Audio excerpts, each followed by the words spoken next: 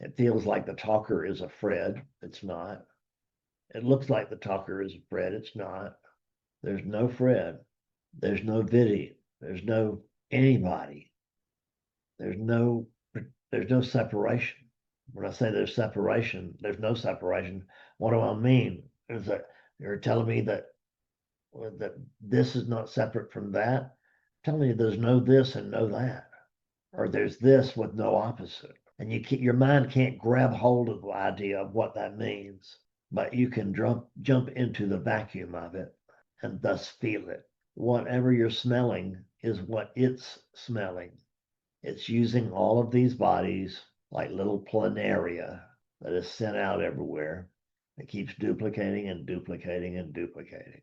Okay, what do you have on your mind? Hey, Robin, how are Uh, you? it's just great, fresh again to experience the relativity as imagination. Relativity is imagination. The story of other. It's like the magic wand, everything just collapses once you let go of that. There's no foothold for the mind anywhere once that's.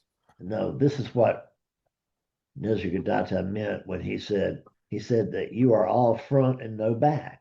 And that's the truth. You're not 3D. That's what he was saying. When you were talking about, you were listing all the things that don't weigh anything, and I was thinking to myself, memories too. Put memories in there, Memory.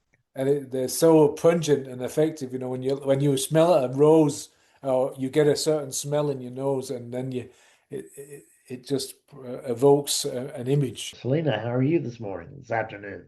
Thank you for a wonderful meditation. My question is actually related to it because, in your opinion, what is the relationship between true nature and these bodies? Because during that meditation, I can sense it in the body and it starts to relax more, so to speak. So there is an influence. Is it like what you see in some YouTube videos or read in books that more you realize through one of these units, that some women then go, they tell about, I lost so much weight and I feel so good and the this and the that. So I'm just giving an example of something. How is that in your experience? Is there a relationship? Because I notice myself, like in this meditation, that there's more relaxation within the body. You understand the question? Yeah, but it's got a pretty simple answer. What's the opposite of no thing? I don't know. I don't know. I don't and I don't know, right? That's it. Is that from the way that I see things, there is no such thing as no thing. There is no thing in terms of there's this, but when we get down to what is this, I don't know. And I can't talk about the size of this because there's no comparison to this. I can't say that this is round or blocky or anything because there's nothing to compare it to. When this is it, what it means is that this is it. There's not a deep down thing that we're looking for. We're just coming to recognize more and more fluidly, more and more easily that this is it. And it's plenty what it boils down to. This is quite enough. So during the meditation, this sensing device senses relaxation.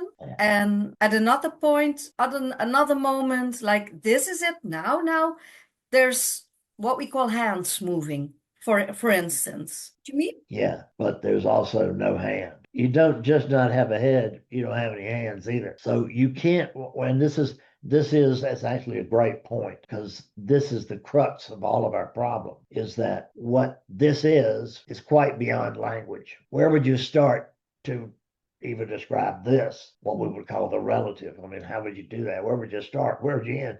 It's incomprehensible. And that's matter. Let's look now at imagination, and everything that is imagination. So is there a comparison to imagination? Well, you may imagine that there is some, but there's not. There's this as it is right now, full stop. So you can't compare anything to no thing. This is what makes it so frustrating, is that the experience is completely subjective, but we can only try to talk about it and it ends up being subjective. Well, I feel like, well, who's the I? Where's that I don't know. I'm just saying I feel like, and I'm just talking about me. What is me? Well, me is the separate thing. There's no separate thing. So me is imagination. And that is the start. That's the jumping off place, is that there's a me. Because you notice that as soon as I say there's a me, there's no longer, there cannot be any duality.